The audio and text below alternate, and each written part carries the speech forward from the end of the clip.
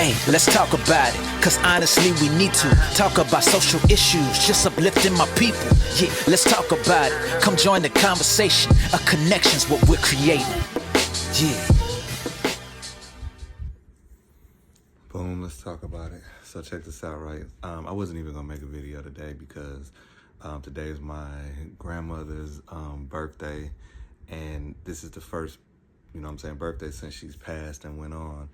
And I was just struggling, because anybody that know me know that was my heart. You know what I mean? Like, it was just my heart.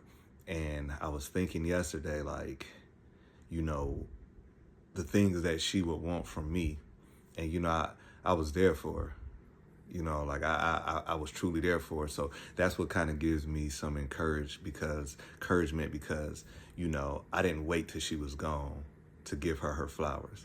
You know what I mean? Like, she smelled the roses because I treated her as such, right?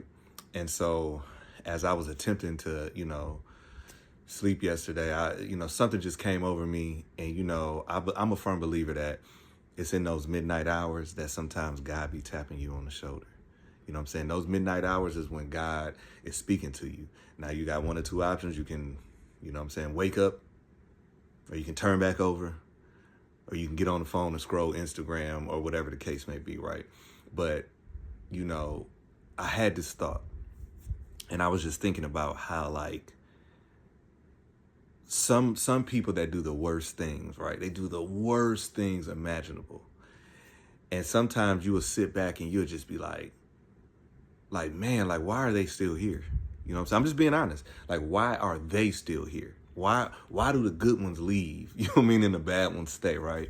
And what I came to realize is that God loves us all. You know what I'm saying? He's an ever-loving God. God loves us all. But he does not trust us the same. And what I mean by that is the mere fact that you're watching this right now, the mere fact that you woke up this morning is showing that God loves you. God loves you. You know what I'm saying? Because no matter what you did last night, during the night, whatever, you woke up this morning, that's a sign that God loves you. Not saying that if you pass, he doesn't. But what I'm saying is if you're still here right now, God loves you. But there's a difference between waking up in your right mind. You see, some people wake up, they're just blessed to be here. Then there's other people that wake up and they're thankful because they're waking up in their right mind. And back in the day, in church and everything, the older saints used to always say, I thank God for letting me be in my right mind. And when you're younger, you don't understand that. But when you start living life, you understand how being in your right mind is, it is just amazing because there are people out there who have been doing wrong so long that they're right. And that's from my grandfather. He's been doing wrong so long that they're right. You know what I'm saying? So God loves us all, but he trusts us differently. That's why there's some people who seem like they got everything going on. They got everything that they want. That you want, right? So you're looking at them, they got the money, they got the car, they got everything that you think that you want. And you're sitting back like, well, God, why me, this, that, and other? You know why? Because he can't trust you for what you have now. There's so many people that want to be a millionaire, but they can't handle being a hundredaire. And that's not even a word. I just made it up. But they can't even handle what they have right now. They can't. Right? So yes, God loves you because you're still here and you still got time to get it right. But he cannot trust you with something greater because you can't handle what you have right now. There's some people, right, that you see, when you become bitter, you poison the soil. And when you poison the soil, it has to bear fruit to more bitterness, right? And there's a lot of bitter people running around here disguising it in Bible verses. What does that mean? No weapon formed against me shall prosper, so it doesn't matter what they do to me, this, that, and the other, right? But behind the scenes, you're the weapon. You're the literal weapon that you're going publicly saying, ain't no weapon, all this, that, and that. No, it's you. But you have become so bitter and so warped that you can't even see it. And that goes again to what I said, waking up in your right mind. There are literally people that we know that are dead wrong. I'm talking about dead wrong, but they can get up, look in the mirror, tell you a Bible verse, go to church on Sunday, say God has been so good to them, go home and do everything against that. But then they wonder, why are they stuck there? See, this thing called karma, I used to sit back and I used to just be like, man, when is karma gonna come? Like, when is karma gonna come for some people? But what I start understanding is that the precious time that I spent wondering and wishing for that was times that I delayed my blessings. You see, in this life, there's good, there's bad, there's no middle ground. Whatever you plant, it has to grow. And sometimes that growth might not affect the person that you wanted to grow, but it affects the kids. You know what I'm saying? It's generational. You know what I mean? Like, it's generational. That's why there are certain people that will never extend because they don't even see the wrong in their ways. They don't. So my message to you is understand that it is a fact that God loves us all. He died on the cross for everybody. It doesn't matter what. He died on the cross for everybody. But he does not trust us all the same.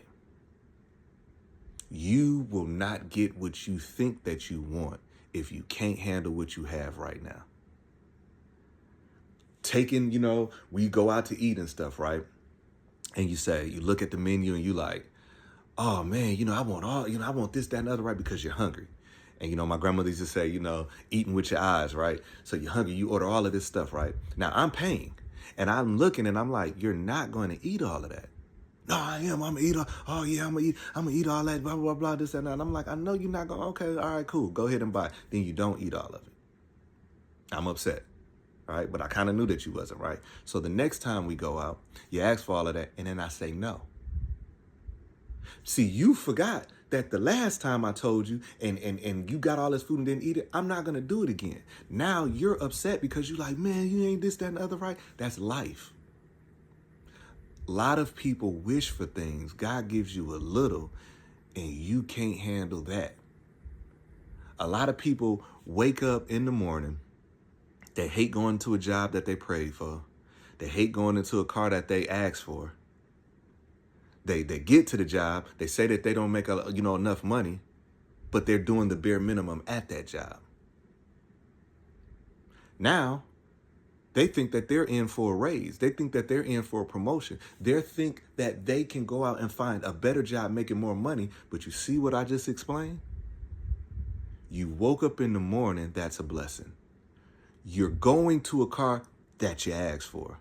You're going into a job that you prayed for, and you still find a reason to complain. So when you sit back and you want more and you don't get more, the first thing you do is, God ain't hearing me. No, he hears you very well. It's your actions. It's what you do with what you have right now. So anybody out there that are finding themselves wanting more, take a real look at yourself and look and say, do I deserve more? Am I thankful for what I have right now? Like, am I literally thankful for what I have right now? Do I understand that I'm blessed? Do you? Or do you spend a lot of time looking at what everybody else got, wanting? You want what they have. When you see that stuff talking about relationship goals and this, that, and the other, right? So now you're trying to format your relationship over a facade. Because they're showing you the highlight reels. People don't show you the bloopers. They're showing you the highlight reel. You're trying to base something that's just a facade when God has something better for you. So anyways, man, I wasn't even going to make a video, man, because like I said, my heart is, is heavy, but I'm faithful. And I know my grandmother did not leave me. God just called her home. And, every day that I wake up, I'm blessed. And every blessed day, I'm just trying to make her happy.